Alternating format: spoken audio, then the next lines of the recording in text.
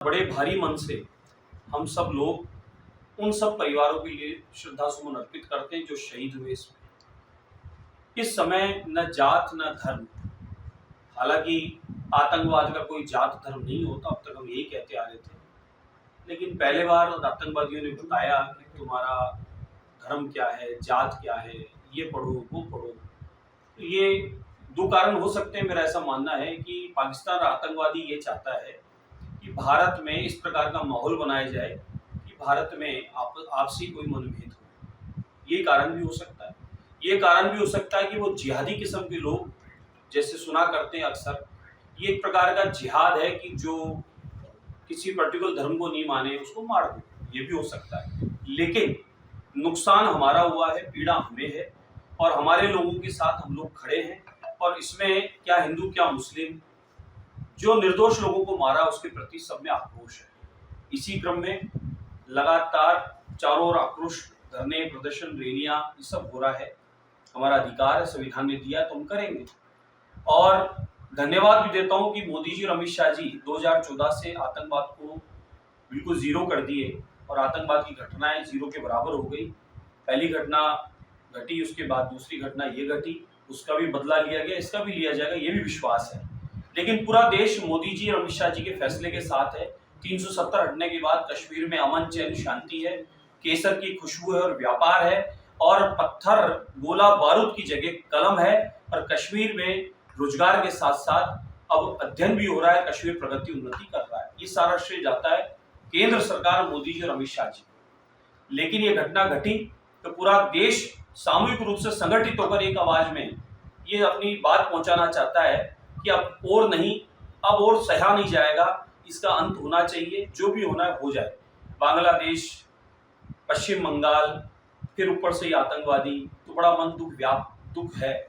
उसी क्रम में कल हमने बड़ी चौपड़ पर एक विशाल धरना दिया, अपनी बात रखी, पाकिस्तान और आतंकवाद मुर्दाबाद इस प्रकार के नारे लगाए।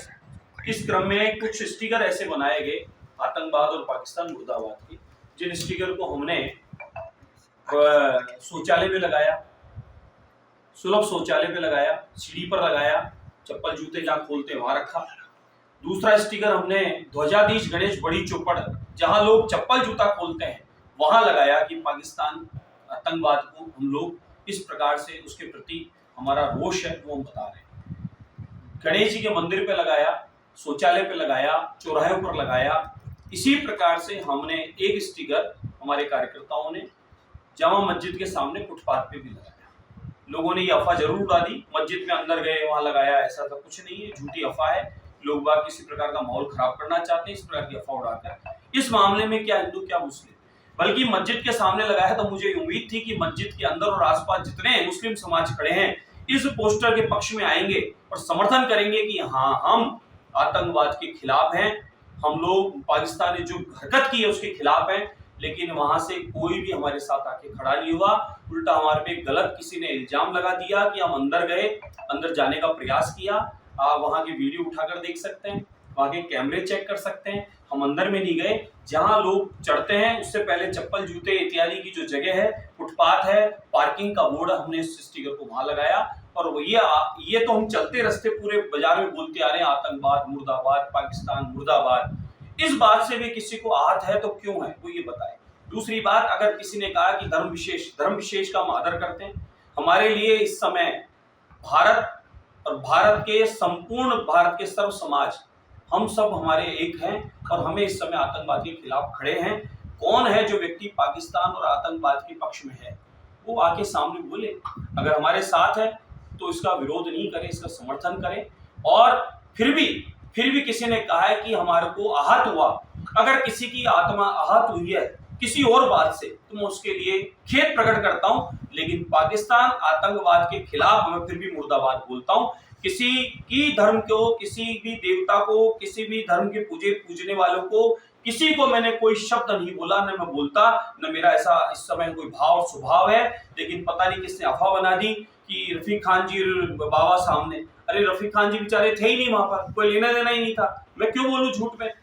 वहां कोई भी व्यक्ति नहीं था, कुछ लोग खड़े थे, मेरे को उम्मीद थी वो लोग हमारे पक्ष में आएंगे और बोलेंगे, लेकिन मुस्लिम समाज के वहां लोगों ने नहीं कहा, बल्कि 2-3 घंटे बाद किसी ने अफवाह उड़ा दी, माहौल बना दिया, सोशल मीडिया पे क्या क्या चला दिया, किस प्रकार का वातावरण दूषित करने का प्रयास किया। हम लोग सर्व समाज के लोग इस समय साथ हैं, आतंकवाद के खिलाफ हैं। मेरी सबसे अपील और प्रार्थना है, इस समय हमारे ऊपर जो संकट है वो संकट है कि आप हम सबको बांटने का, आतंकवाद को बढ़ावा देने का। इस समय हमें सर्व समाज के लोग एक रहना है। हमें न व्यापार बंद करना, न प्रतिष्ठान बंद करना, न जयपुर बंद करना, न राजस्थान बंद करना। क्यों करेंगे बंद? हमारा अपना व्यापार है, हमारा अपना रेवेन्यू, अपनी सरकार को मजबूत करने का, अपने परिवार को, अपने मजदूर किराया, जितने भी जो लोग रह रहे, सबका रोजगार है साहब, उन सबका रोजगार हम खत्म नहीं करेंगे। हम लोग निडर हैं, हम डर छोड़ने गए बंद करेंगे, हम कुछ नहीं बंद करेंगे, हम प्रतिष्ठान खुले रखेंगे, लेकिन आतंकवाद का साफ सफाया होना चाहिए, इसकी मांग हमेशा करते रहेंगे। हम मोदी जी के फैसले के साथ हैं, इसलिए कोई अफवाहों में ना हो। सर्व समाज का सम्मान करता हूं, कोई भी अपने ऊपर इस बात को न ले, किसी को कोई किसी अफवाह में ना आवे। सर्व समाज सामूहिक एक ही आवाज उठाए, और किसी को मन में फिर भी कोई ऐसा भाव आ गया, तो मैं तो मंदिर की सीढ़ी पे भी लगाया था और मस्जिद के सामने फुटपाथ पे भी लगाया था, अगर उससे भी किसी को आपत्ति हुई है तो मैं उसके लिए खेद प्रकट करता हूं। लेकिन इस मामले में तो बंधुओं, कोई राजनीति ना करके सबको एक साथ रहना चाहिए।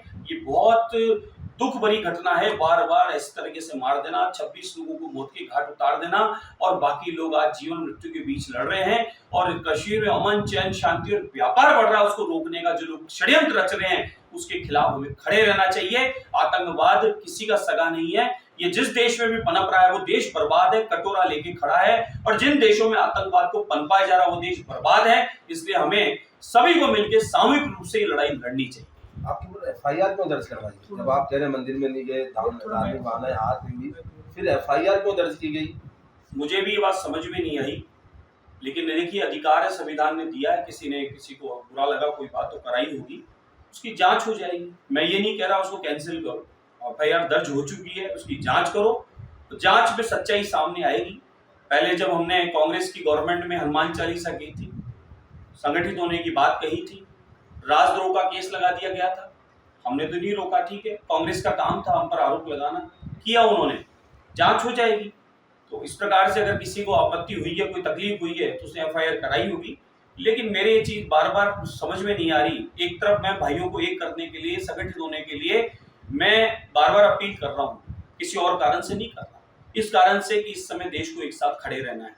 दूसरी तरफ मैं ये बात भी कहना चाहता हूँ कि पाकिस्तान मुर्दाबाद और आतंकवाद मुर्दाबाद, ये बोलने से किसको आपत्ति है, जरा वो सामने आके बताए, क्लियर करे इस बात को। लेकिन इस प्रकार की अफवाह न फैलाए, किसी प्रकार का माहौल न खराब करे। एफआईआर करी है तो कोई बात नहीं, जांच हो जाएगी, दोषी होगा तो सजा हो जाएगी, निर्दोष होगा निकल जाएंगे। लेकिन मैं उसका प्रतिरोध नहीं कर रहा, ठीक है, आपका अधिकार आपने किया, लेकिन इस समय परिस्थिति को समझने की आवश्यकता है। देश पर जिस प्रकार का माहौल बनाया जा रहा है, देश में अंदर खाने में किस प्रकार के षड्यंत्र रचे जा रहे हैं, बंधुओं, यही मोदी सरकार है जो आयुष्मान योजना का लाभ सबको मिल रहा है बिना किसी भेदभाव के। यही मोदी सरकार है 3 तलाक का अभिशाप माताओं बहनों से दूर हुआ है। बंधुओं, यही मोदी सरकार है जिसको राशन का भी पूरा लाभ सबको मिल रहा है। यही मोदी सरकार है जिसको आवास योजना का लाभ भी मिल रहा है। रिकॉर्ड उठा के देख ले, डाटा उठा के देख ले, बिना भेदभाव के। आदरणीय मोदी जी ये चाहते हैं कि देश का प्रत्येक वर्ग मुख्य धारा से जुड़े, वह रोजगार, व्यापार, नौकरी इत्यादि सब में आवे, न कि वह सिर्फ ठेला और पंचर तक सीमित रह जावे। सीधी बहुत अच्छी सात्विक सोच के साथ में सबका साथ और प्रयास के साथ विकास की बात हो रही है, बिना भेदभाव की हो रही है।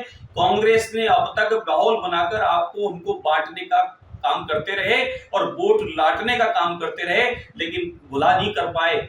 आज वक्फ बोर्ड में संशोधन हुआ है तो गरीब मुस्लिम समाज का लाभ हुआ है, अन्यथा वक्फ बोर्ड के कुछ 5 लोग कमेटी के उस जमीनों को बेच खा रहे थे, अपने उपयोग में ले रहे थे। किसी गरीब को हॉस्टल नहीं दिया, किसी गरीब को प्लाट नहीं दिया, किसी गरीब की बच्ची को शादी भीतर में उस जगह पे नहीं होने दी।